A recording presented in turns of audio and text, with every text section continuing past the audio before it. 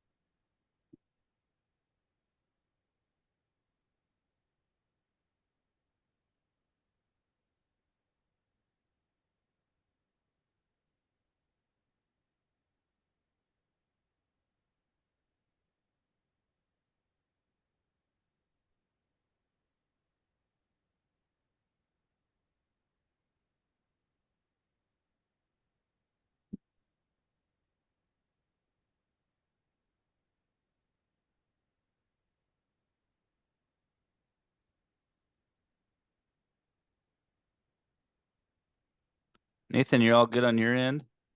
I think so, yeah. Start. Okay, Yep. perfect. All right.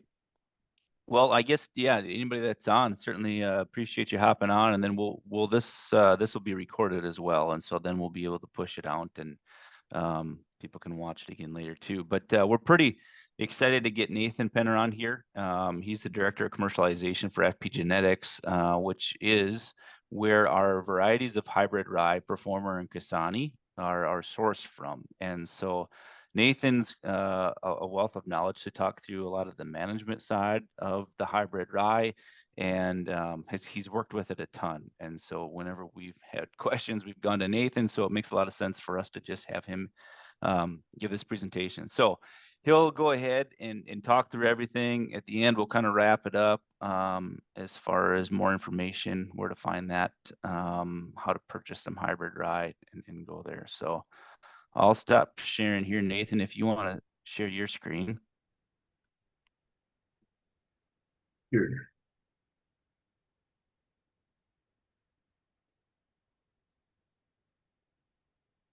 All right. You're seeing Yep, looks good. that? All right.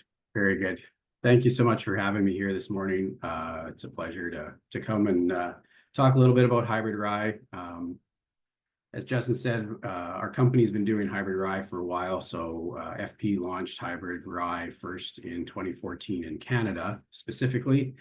And then last year we started working with some new varieties that we launched together with Milborn or Renovo in the US. And so we're pretty excited to talk about it. I've been with the company over 5 years now, pretty focused on hybrid rye and some of the other things in our portfolio.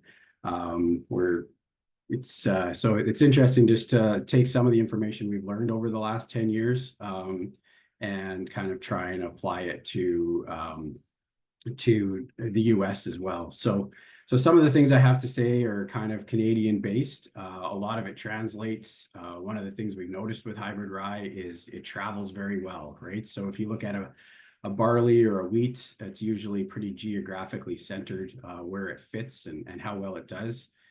These hybrid rye varieties seem to travel quite well. And so we've taken Satin Union is the company that markets them in Europe. There's a breeder based in Germany, and they're large market share in Europe. We've been trialing these varieties for about 5 years here now in Canada. We added some trials in the US in the last 2-3 years, and it's just interesting to see how well they do in both geographies.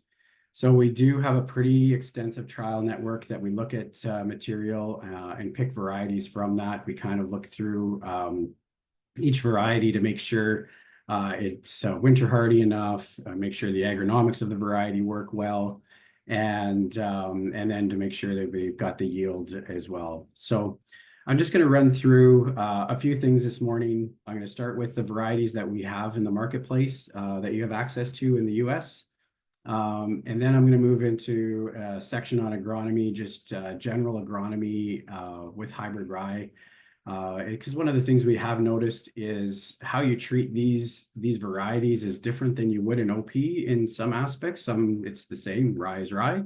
But when we look at the genetic potential of these varieties, there's some things that you want to tweak as a grower to make sure that you capture that genetic potential.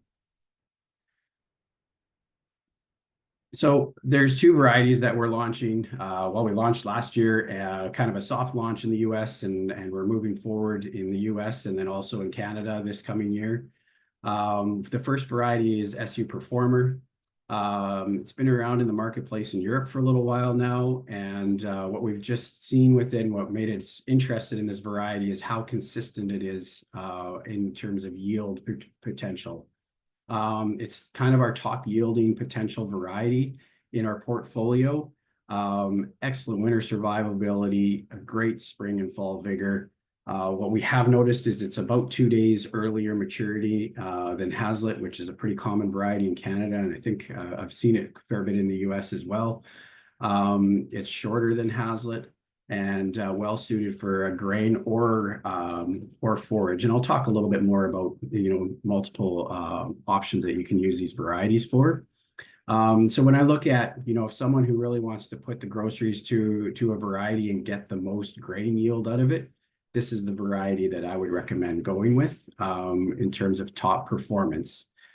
So the other variety is Kisani, also an excellent performer. It's just a little bit lower yield potential than the performer, but Kisani is very consistent. And this is one of the things that we've noticed on this variety in our testing over the years is just how consistent it is year in and year out.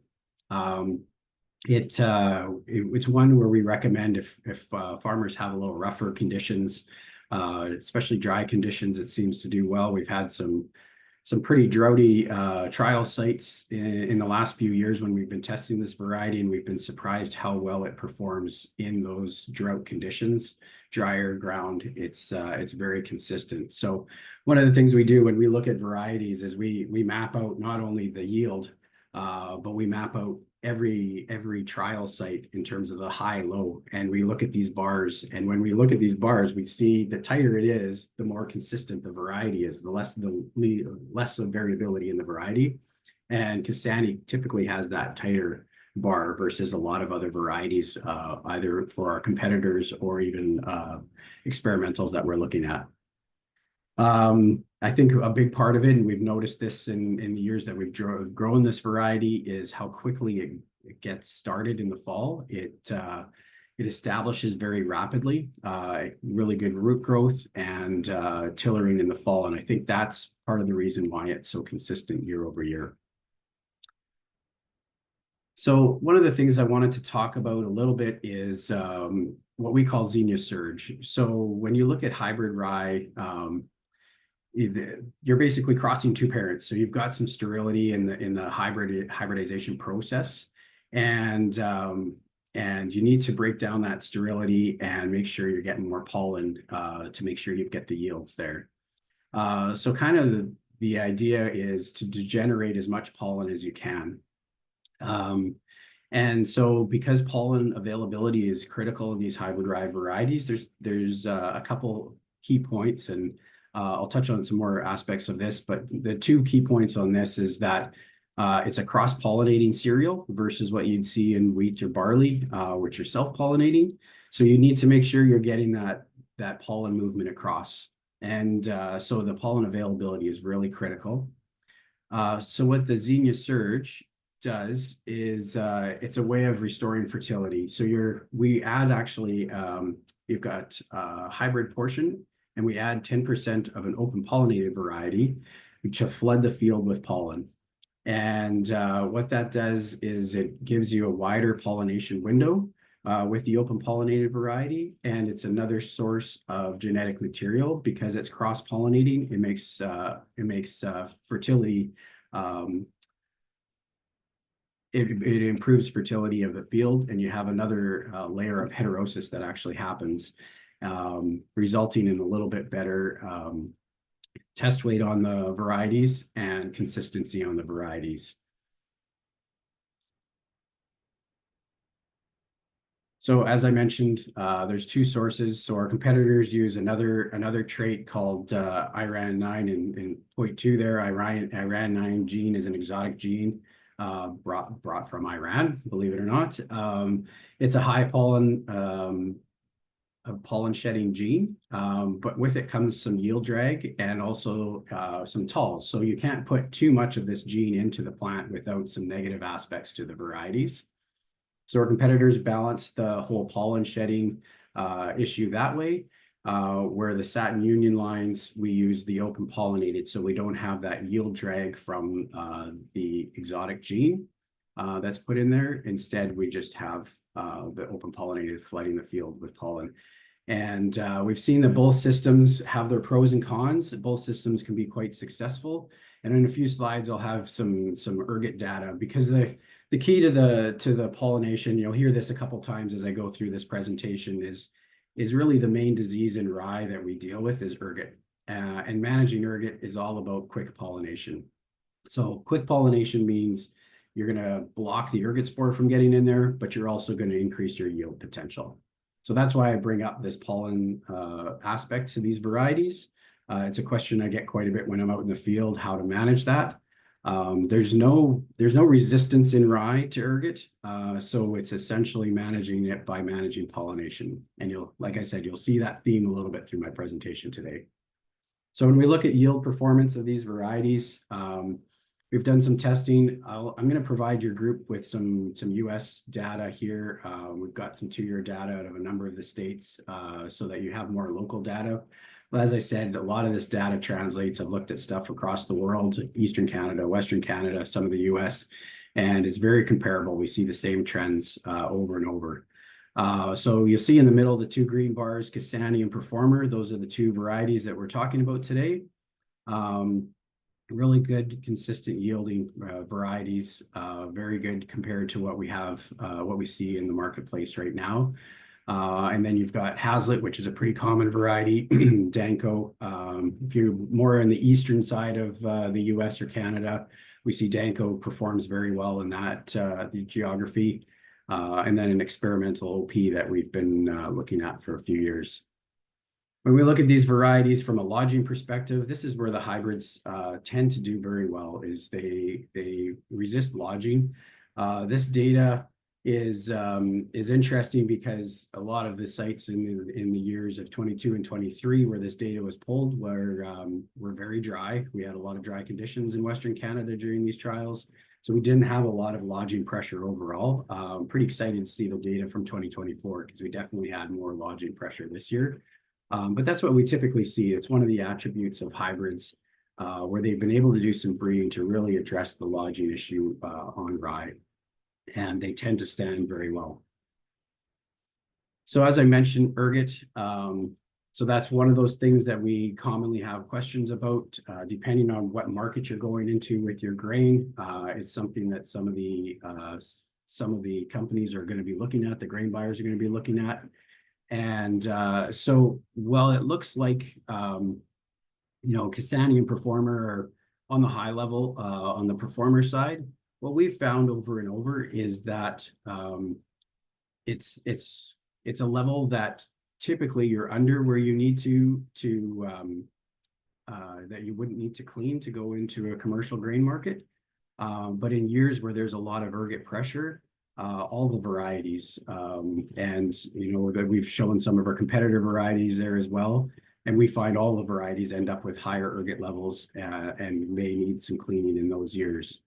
One of the things, and I mentioned earlier, the 2 approaches to pollen shedding in the hybrids, and it's basically restoring fertility after you have your sterility system in hybrid. And we've seen this in the data for many years, is that OPs tend to be a little bit better on ergot than the hybrids do. So I'd like to say the hybrids are perfect at everything, but they're not. There's always pros and cons to every system, right? And that's one of the things that we have seen. So I did put that data up there so you could see how they compare. In terms of height, our varieties are an inch or two taller. I was trying to find some pictures here this morning to show some of the trials that we've had this morning. I didn't get a chance to put them into the presentation, but when you put them beside some of the KWS varieties, Performer is very, very similar on height. Kasani would be maybe 2 inches taller on average. But the standability of both of those varieties is very good, so we don't see any additional lodging pressure. But it might be something to consider if someone's looking at baling up straw in behind there, just how much material there is. So days to maturity or heading to maturity. This one's important, and for some of our producers that are using the hybrid rise for silage or for cutting for hay, and we just wanted to make sure that we're in the ballpark. So as you can see, it's basically 1 day difference. So they're all right in that level. We're not seeing any maturity issues with the new varieties, and so that we know it'll fit well in a silage situation. So this is one of the things that actually was quite surprising for us on how much it took off for us here in Canada, and I've heard some experience in the US as well. Hybrid rye in a silage rotation under irrigation has really taken off. We have a lot of acres in southern Alberta where we have a lot of feedlots, and producers are really appreciating using this in part of their rotation. It's not the only thing they use, obviously. They still use their soft wheat, their barley, to put in the pit, and corn, obviously. But what they love about the hybrid rye is the consistent tons they get off of it. They've got a winter cereal in the rotation that helps cover soil in the fall, and manages moisture a little bit, so that if they get some fall rains, they can take advantage of that, or even early spring moisture. Then the other aspect for them is the fact that they're cutting this early. They're about 10 days earlier than their spring cereals, which gives them the chance to do a dual crop option. So what we'll often see is they'll take their silage, average about 15 tons an acre. Sorry, I'm talking metric tons, so we'd have to do that conversion. I should have done that ahead of time. This year we were running 18 to 21 tons an acre on the hybrid silage. And so they're really happy with the performance. They take that off early, that's early June, and then they're pushing in either an oat, an early barley, and we've seen some more work with millet. And I think the Renovo team would be great experts in telling you what would be a great product right in behind doing that kind of rotation, because you guys have some great things in your portfolio that would work really well. So that's one thing to consider. And what we find is that SU Performer is right up there. So ProGas is an older forage only variety that our company carried years ago. And we've noticed that some of these high yielding grain varieties are really putting the tons out there. When you think about how the grain contributes to yield, it makes sense. So when you look at forage quality, they're right up there with the other varieties. Relative feed value, TDN, it looks very good for rye. Now, understanding that rye isn't the same feed quality you would get off of triticale or some of the other species, but it's understanding how rye fits in the overall equation in terms of timing, in terms of tonnage, all of those other aspects that rye brings to the table. So it's just one thing to consider, but we have done some forage data over the years just to make sure that it fits well. One of the options that and I won't spend a lot of time on this, but we've added a true cover program with the hybrid rye program. So previously, hybrid rye growers, their only options, so they would sign a grower commitment contract when they bought the seed, bought the hybrid, and their only option was to sell it as either grain or feed. FP's been working over a few years to develop a program where authorized dealers could buy that grain back and use it as a cover crop option. And this is one of the things that we've been doing with the Millborn group. Talk to the people within Millborn, and they can tell you how this program works. We're pretty excited about this because hybrid rye growers in where I live here in southern Manitoba, they would during the cover crop season see a discount of 50 cents to $1 a bushel, and this gives them another marketing opportunity to sell their grain. Just gonna go. I'll briefly touch on. Whoops. I'll briefly touch on this slide, and so it kind of explains. It's a busy slide. I apologize for that, but it kind of explains that pathway. So, in the past, growers weren't allowed to use it other than for feed or for grain, essentially. And now we've just opened up another pathway. But there's some contracts involved in that.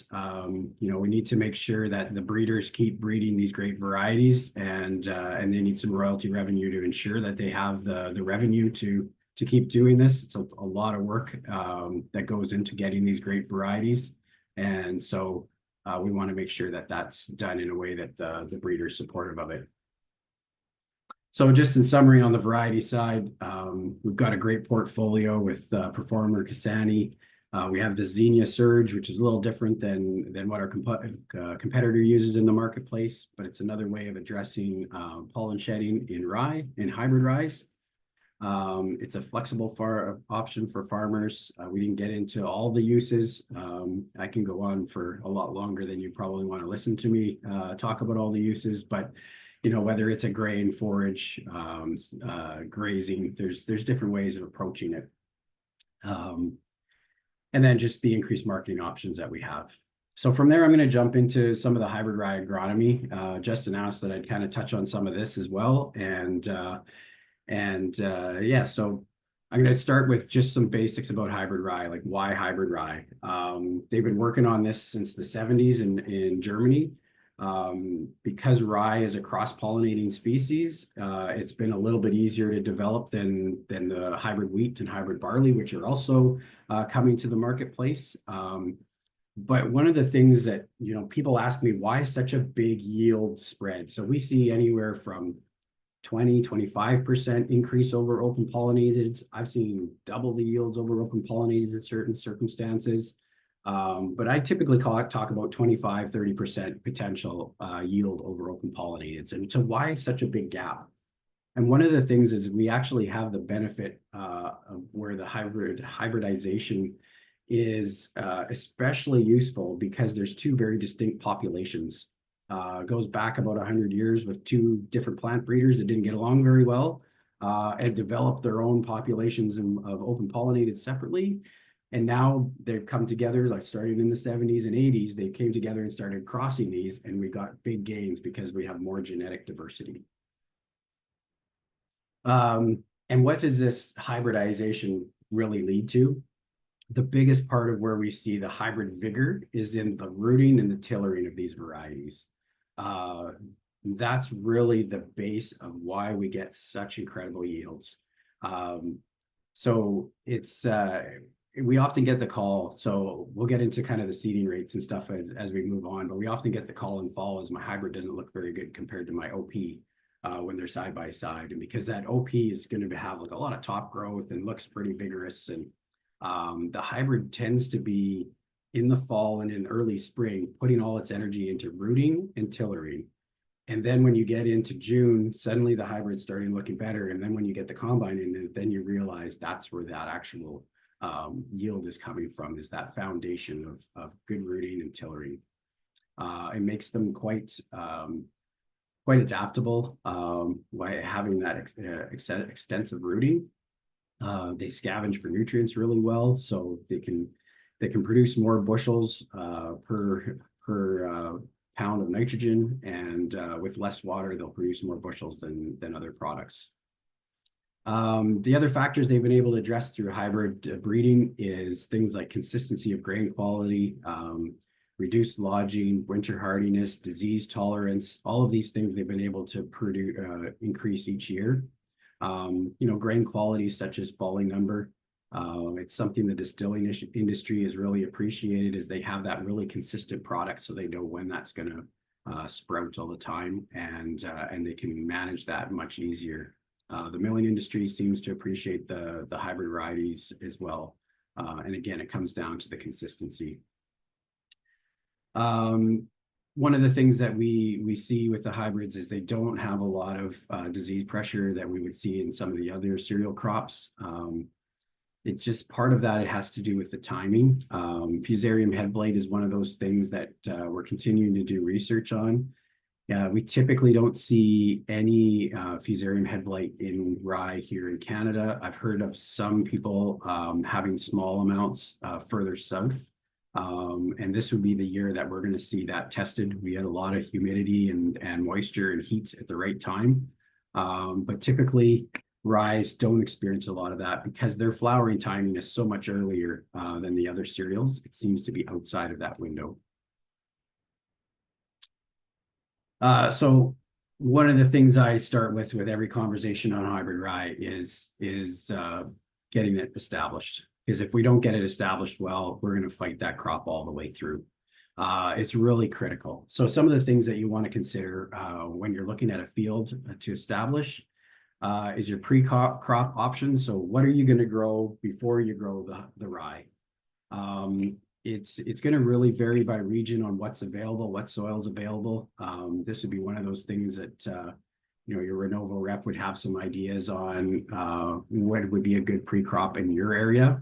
But I'll talk about some generalized areas. So North Dakota, where they see a lot will go behind canola. Canola is nice because it'll have some stubble, but with pod shatter varieties or pod shatter resistant varieties, they tend to push harvest a little later. So what we see some of our canola growers that are also rye growers do is make sure they seed those fields earlier. So they've got it harvested earlier so that you can get the timing on your rye in place.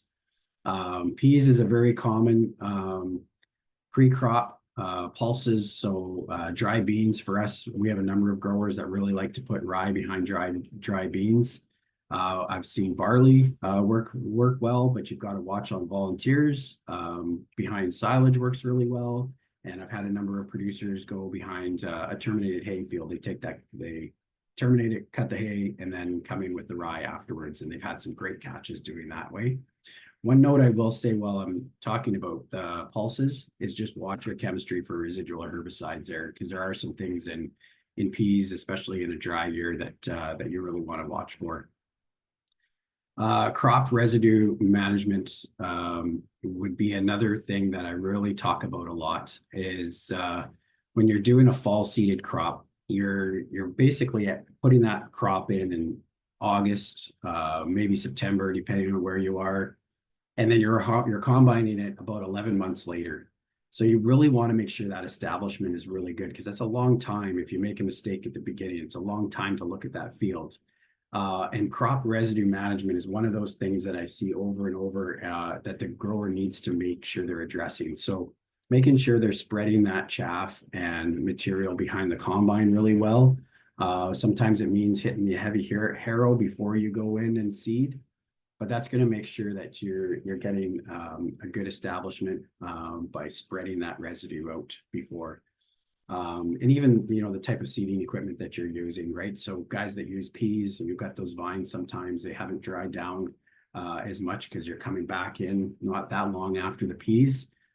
So you want to be able to address that. Maybe you need to get a drill or a hybrid drill that's going to be able to cut through that material well and make sure you get that good seed soil contact. Drainage is another thing. So when I look at these varieties, they're extremely winter hardy, more winter hardy than winter wheat typically. But where the Achilles heel is standing water. These rye varieties do not like standing water in late winter, early spring. So if you've got areas of the field that are going to be prone to flooding, that's probably not a great place to put the rye.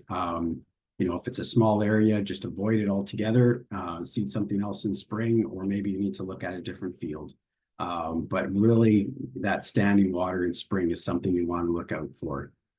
And then I always encourage a pre-seed burn-off. So if we can establish this field really well and deal with a lot of stuff in the fall, Quite a few growers will not need to go onto that field the next spring, and they love having it in the rotation because that's one less field to worry about the following year.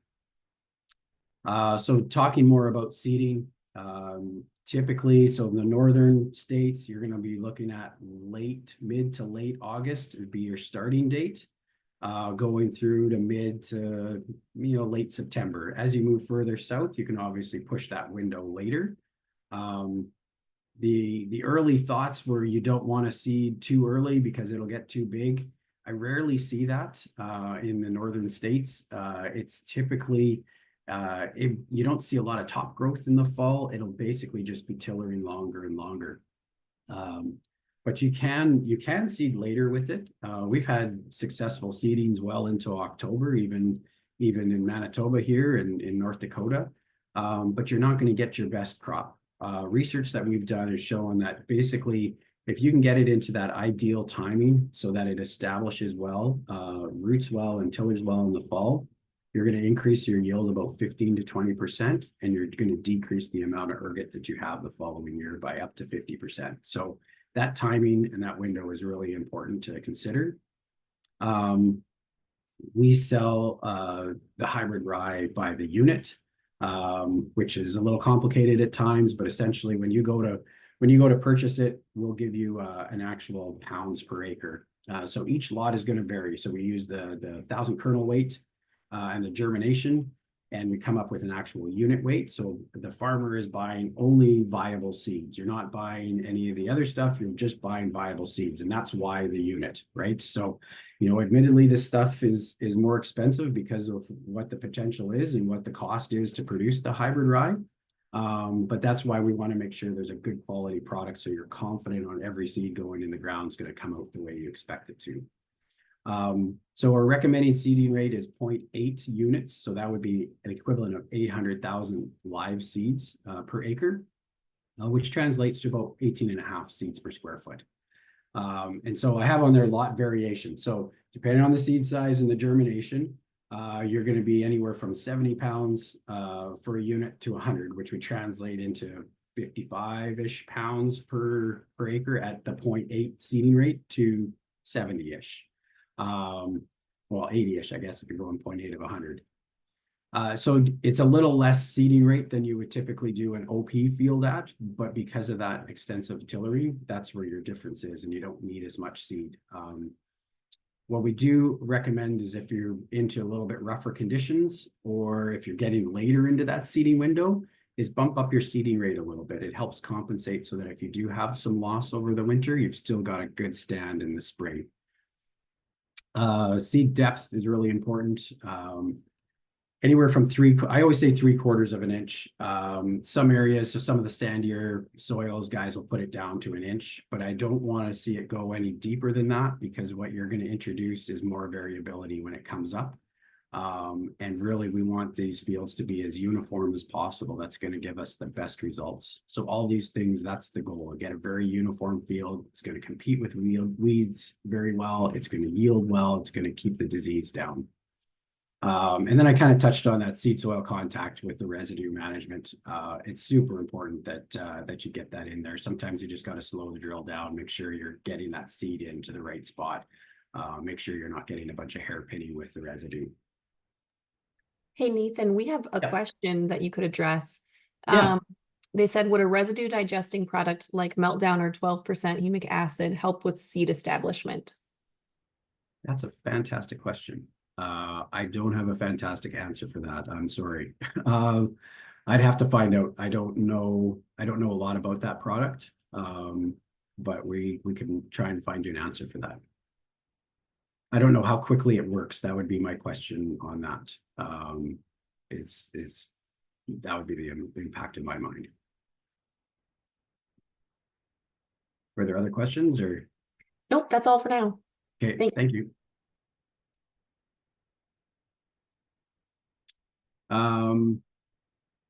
Yeah, I kind of mentioned this already in terms of seeding rate. We've done a bunch of research in trying to find that optimal seeding rate. And it is going to vary a little bit by region, and it's going to vary a little bit by farm. So, good to reach out and ask some questions if you're wondering about this. I know there are some places in Minnesota where they've talked about doing some research, or they have done some research, not just talked about it. They've done some research getting down to like 0.6 units an acre, anywhere up to a 1 and 1.2 units an acre. So it really pays to look into that. I actually talked to some people in Minnesota a few weeks ago who had tried the 0.6 and did that for a couple of years and just found that the field was, in a rougher winter, the field was a little thinner than they'd like to see in the spring, which is kind of what we see here in Canada too. And so they moved back up to, they were doing either 0.8 or 0.9, depending on the season. So just shows that, you know, it's one of those things to consider if you're looking at maximizing your potential on these varieties. When we look at fertilization, so some of our top hybrid rye growers have moved to put all their fertility on in the fall. And that's really going to vary on a number of things. It's going to vary on what equipment you have to do that with. It's going to vary on what regarding soil type you have, whether it's, you know, prone to flooding, then you're not going to want to do that. Obviously, you're maybe going to do a split application, and then the local regulations. So depending on what you're allowed to put on, and I don't know if you have any state or regional limitations that way on fall applications, but in areas where it's allowed and where the soil works well for it, we try and put all our fertility on in fall. There's two main ways we do it. Some do it through a mid-row bander in one pass, and so they're seeding and then they're putting all their fertility mid-row banded. And if they're seeding at the right time, that rye isn't actually going to get to that nitrogen in the fall. It's going to go dormant, and then in spring, when it gets going, those roots are going to get into that mid-row banded fertility and just pop. I guess while we're talking about that, why the fall?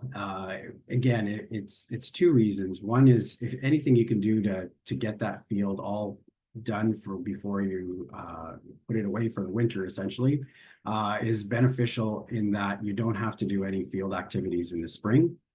And then also traveling and doing some tracking on the spring. If you get late in the season at all, those tracks tend to delay a little bit. And wherever you delay, you have late tillers that come, and that's a less even pollination. And as we were talking about with ergot, that's where you end up with some issues. So anything you can do to just do all the activities in the fall, whether the one method where you put it all down with the seeding timing, the other method is to broadcast just before freeze up.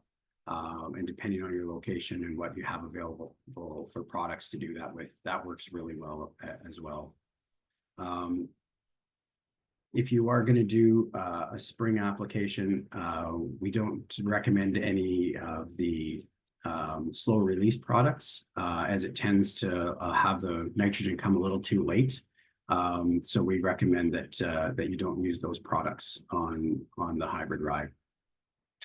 So there's some general guidelines. Nitrogen, we use the formula typically 1.2. So if you're targeting, let's say 100 bushels an acre, you would do 120 actual units of nitrogen, about 60 units of phos, then 15 to 20 on potassium, and then you need some sulfur in there as well.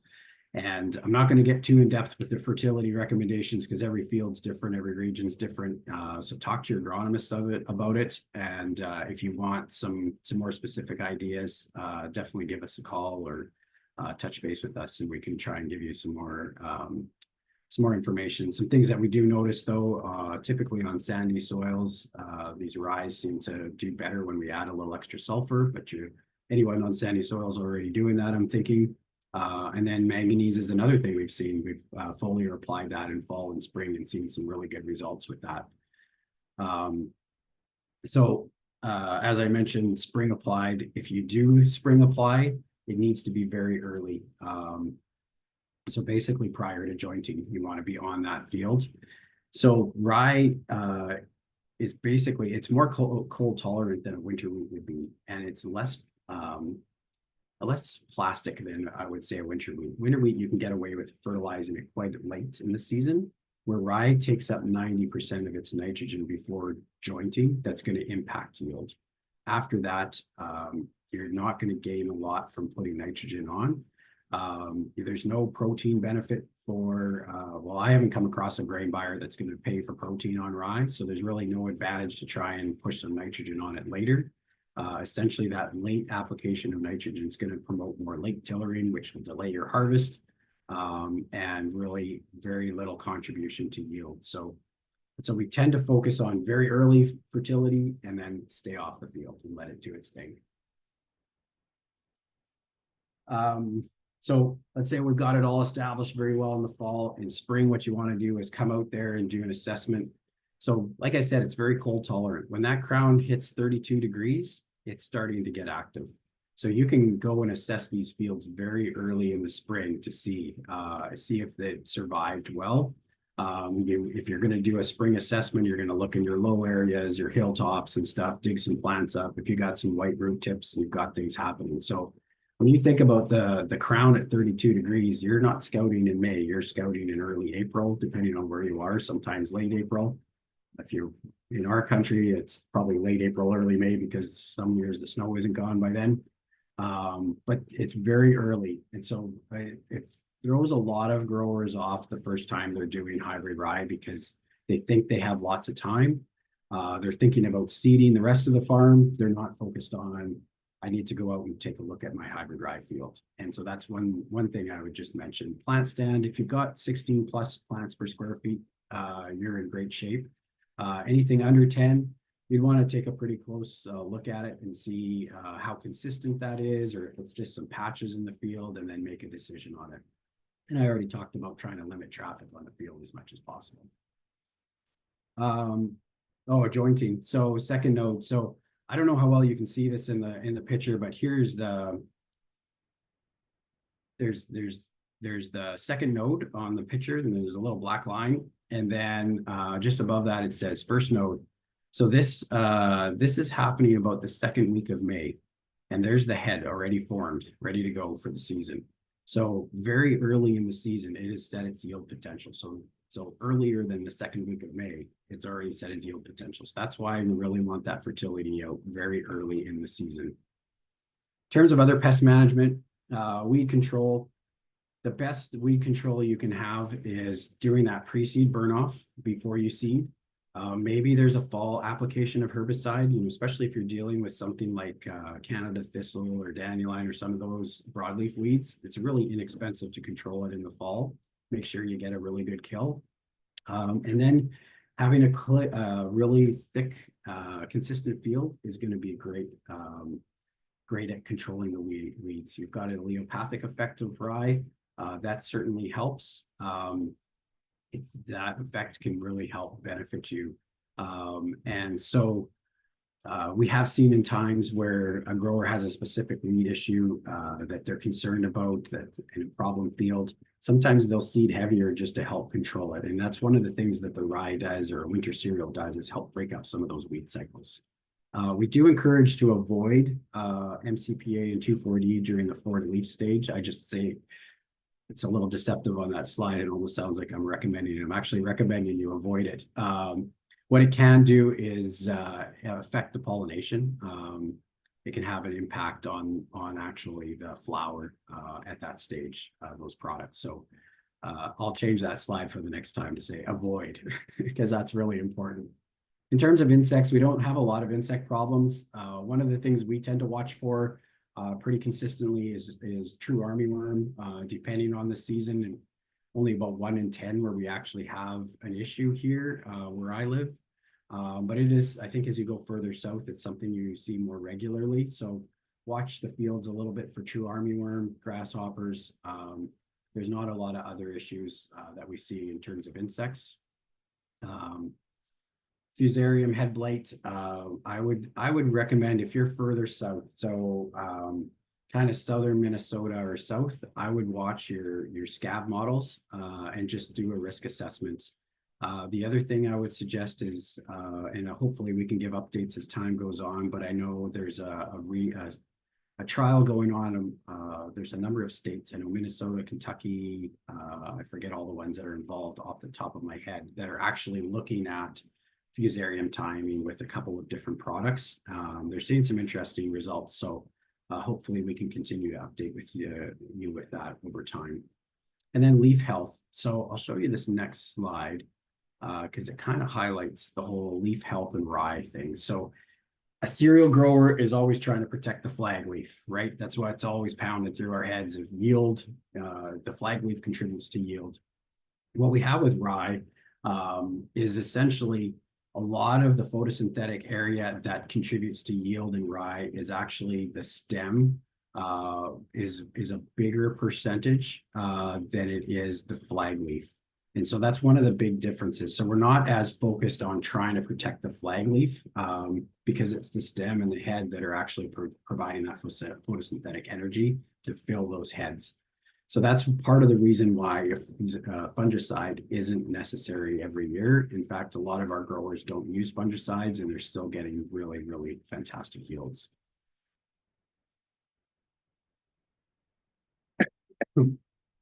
I'm not going to go super in depth. You have this information if you get this slide deck, or if you watch the video again. I won't go in depth on ergot. It is the one disease that we do see some issues with in rye, and it's essentially, I'll break it down in terms of a couple things. So it's when the flower is open. And it's whichever gets there first. It's whether it's the pollen, the rye pollen gets there. As soon as it's there, that flower will dry up and develop a grain kernel. But if the rye pollen doesn't get there first and an ergot spore gets there, that's how ergot happens. So the best way to block ergot, because there's no resistance in rye, is to get that flower pollinated as quickly as possible. The sources of ergot, anywhere in the Midwest, there's lots of ergot around. It's very common from grass species. So some producers will mow all their ditches to try and reduce the amount of ergot pressure. That'll be your primary source of ergot, and then your secondary infection will happen within the field as well. So I won't go too in depth with that. So here's something that we've noticed over the years doing it, and these are estimations based on experience that we've had in terms of what contributions there are to ergot in rye. As a seeds person, I'd love to say I have the silver bullet to protect from ergot. Unfortunately, variety only plays a small percentage of it. We think maybe 10% is the variety you pick, so obviously you still want to pick good genetics. 20% would be management, and then 70% is the environment. So at the end of the day, Mother Nature rules with this disease. So if it is a cool, wet June, which maybe we had this year, I don't know about your area, but we definitely had it in our area, you tend to have a lot more ergot pressure. And we see it regardless of the variety, the region. It's just, if it's cool and wet, you're going to have ergot pressure. And so when we see year-over-year variation in ergot, that's the main contributor, is the environment, and secondly is the management.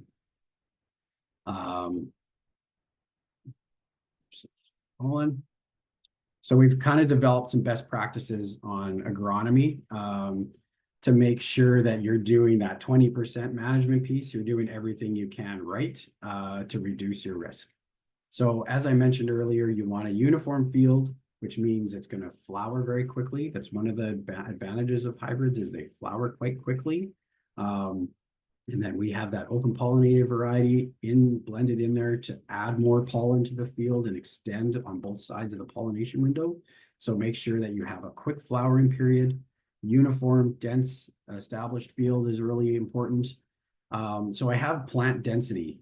So one of the things we see is if you have a really wide row spacing that you're using for seeding and you do a lower seeding rate, you tend to have more light penetration into the canopy. And that light penetration in cereal means you're going to have more late tillers come. And your late tillers are essentially where you're going to see the bulk of your ergot, because it's flowering at a different time and there's not enough pollen around at that time. So that's why we want to have a nice dense canopy. Ideally, and no one's going to go buy a seeder for growing hybrid rye, I realize that. But ideally, if you can seed it at 6-7 inches row spacing, that's ideal. However, if you're at a 10-inch row spacing, you can still do it. but we would recommend you increase your seeding rate to try and cover that ground a little bit quicker, and to reduce the amount of light penetration into it. We already talked about minimizing field traffic, which just comes down to delaying, anywhere you have traffic, you're going to delay those plants, and then you're going to have those late tillers.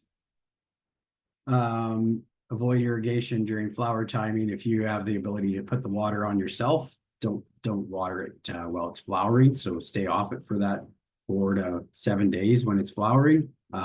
So we've got some irrigation strategy leading up to and following that. If you're not irrigated, you're on dry land, then you're just reliant on what Mother Nature throws at you. And then one of the things, if you do see some ergot, it typically is in your field edges. That's where you're going to see your highest amounts. And so what some people will do is actually harvest that separately if they're going into a market that's a little more sensitive for ergot.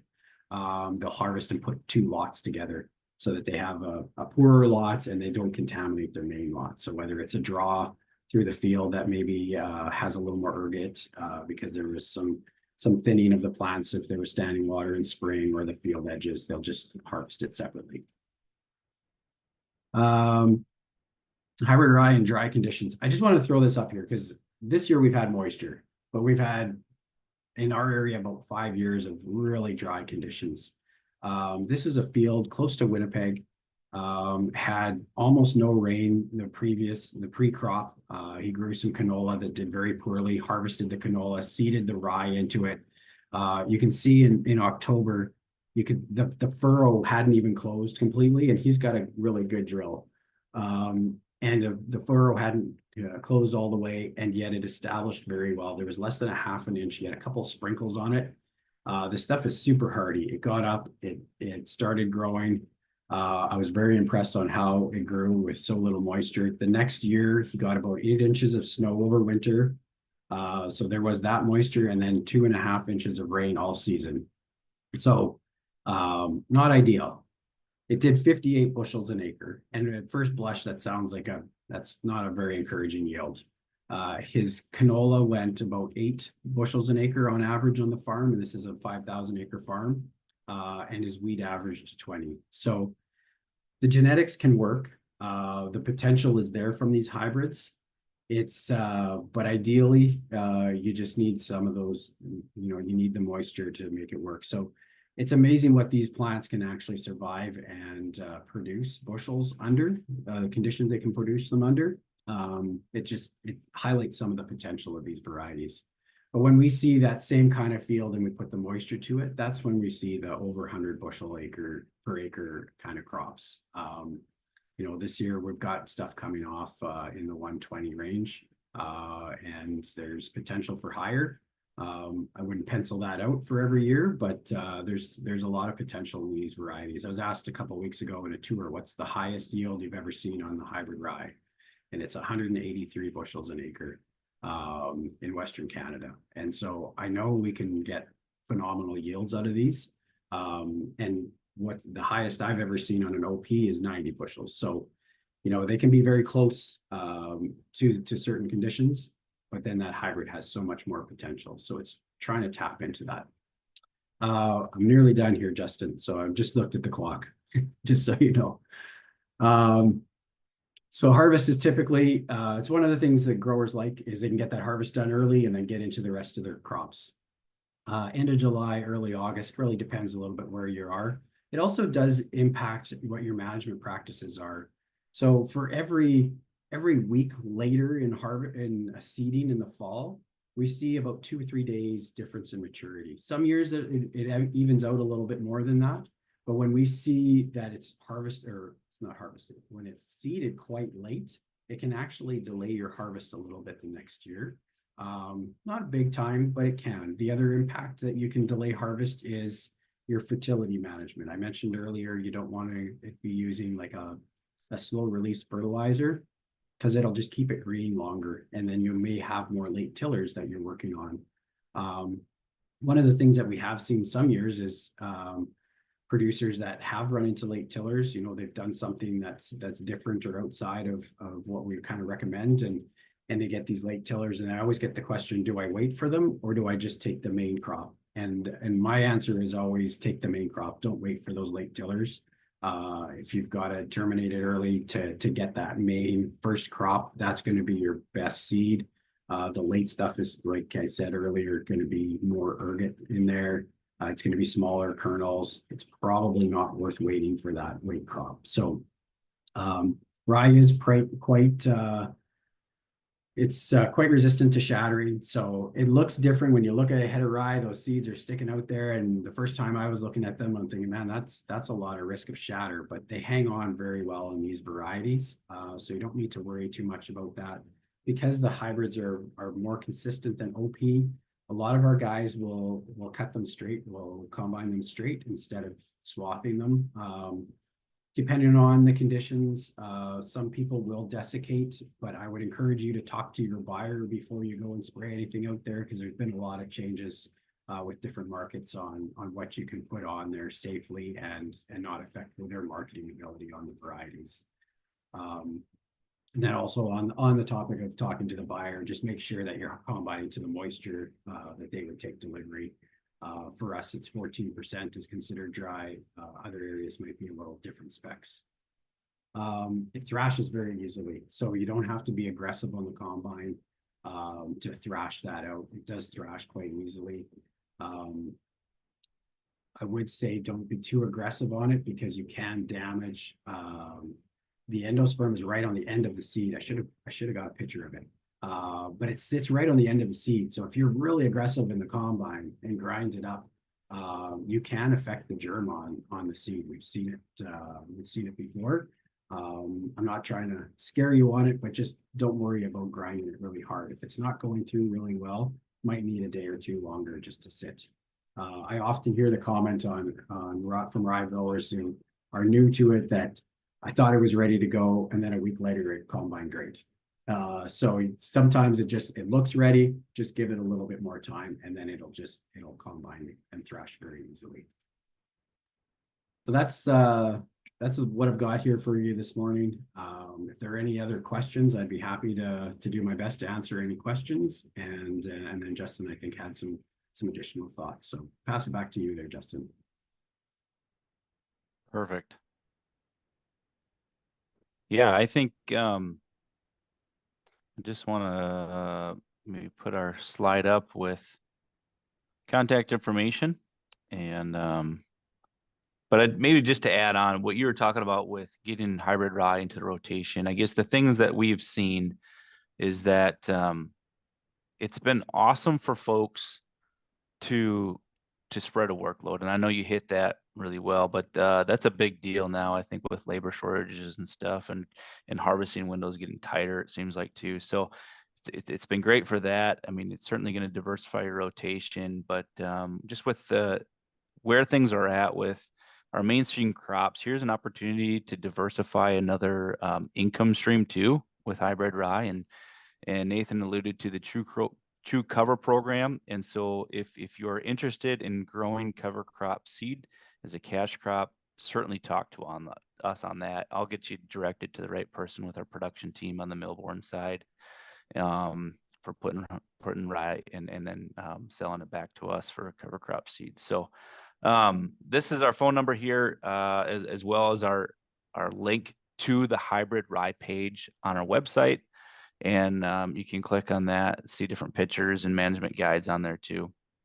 We will have hybrid rye coming in shortly. And like Nathan said, they're sold in 25 unit tote bags, planting that around that 0.8 units per acre. And so feel free to get a hold of us.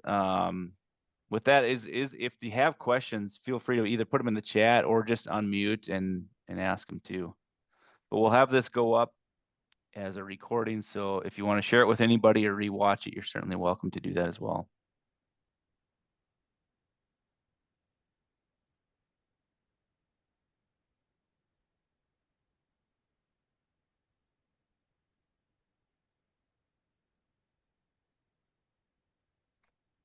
All right. Well, perfect. Well, thanks, Nathan. Appreciate the time. Thank you for having me today. Very well. Appreciate it. All right. Oh, I got one chat here. All right. Okay, it said, so are you looking for rye growers? Yeah, so definitely reach out to us. You can reach us at that phone number there, and we'll get you with one of our procurement guys who lines up acres for rye to be grown.